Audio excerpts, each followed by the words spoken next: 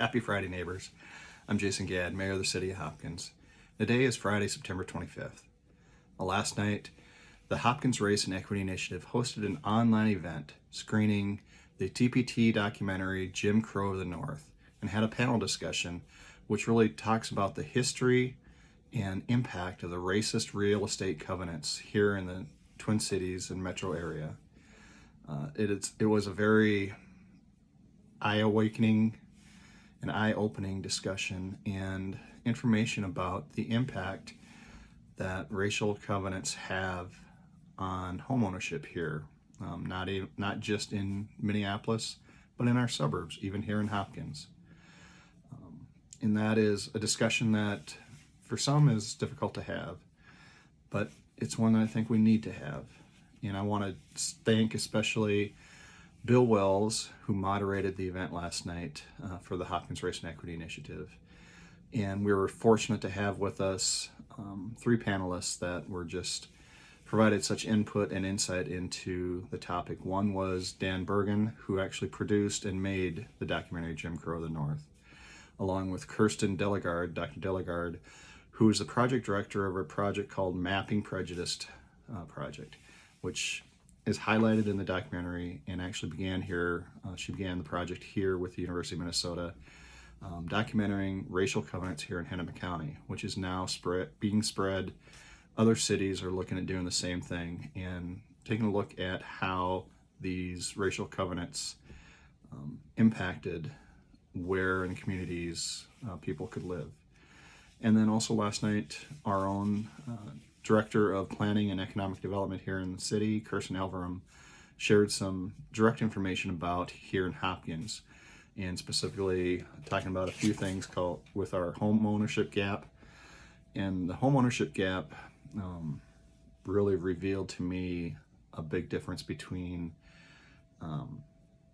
the white households and the households of color and the homeownership. And this is something that we need to address. It's not going to happen overnight, and it's not unique to Hopkins. The same thing with affordable housing and having housing available for all types of incomes.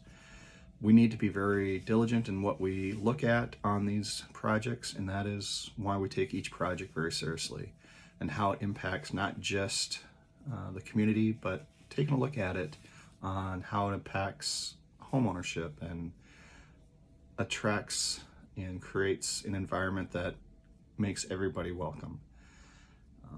Like I said, these are discussion topics that we don't have the answers to at this point.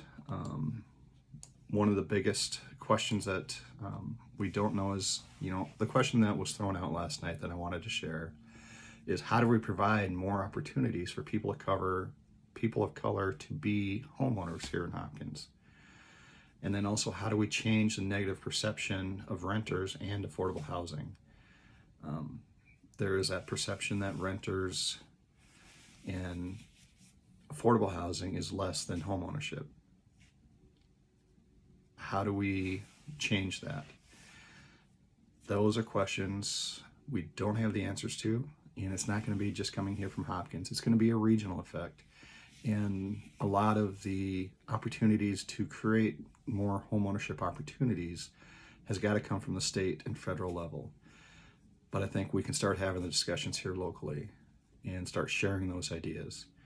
And so I'd be interested in having more of these discussions with you as well.